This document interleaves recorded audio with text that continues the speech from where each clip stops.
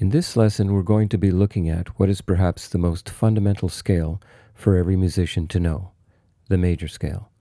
We will also analyze why major scales sound the way they do.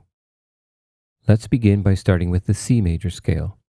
We are starting with this scale because all of the notes are natural, which is to say that none of them are either sharped or flatted. The notes in the C major scale are C, D, E, F, G, A, B, and again C, or the familiar Do, Re, Mi, Fa, So, La, Ti, and Do.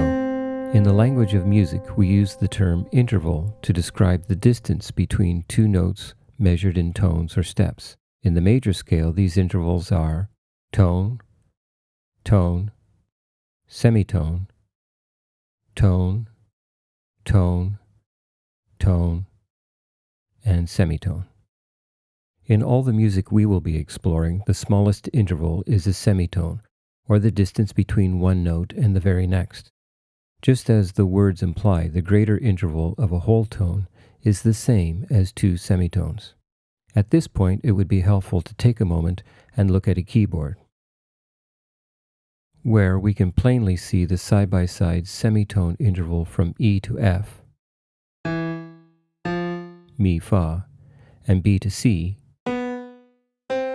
Ti, Do. Notice how black key separates the rest of the white keys, producing the larger interval of a whole tone. Now, let's see what this looks like on the guitar fretboard. In order to present this scale as visually straightforward as possible, we will be keeping all the notes on the second string. Starting on the second fret, we have C, up 2 frets or a tone, D, up a tone, E.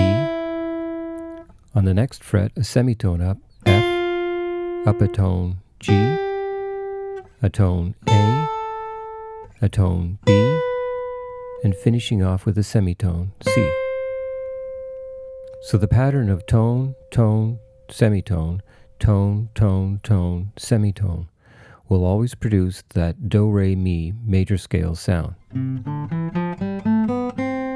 The same order of tones and semitones would mean using sharps or flats when playing a major scale starting on any note other than C. From here on, every scale or chord we examine will either be derived from or compared to the major scale.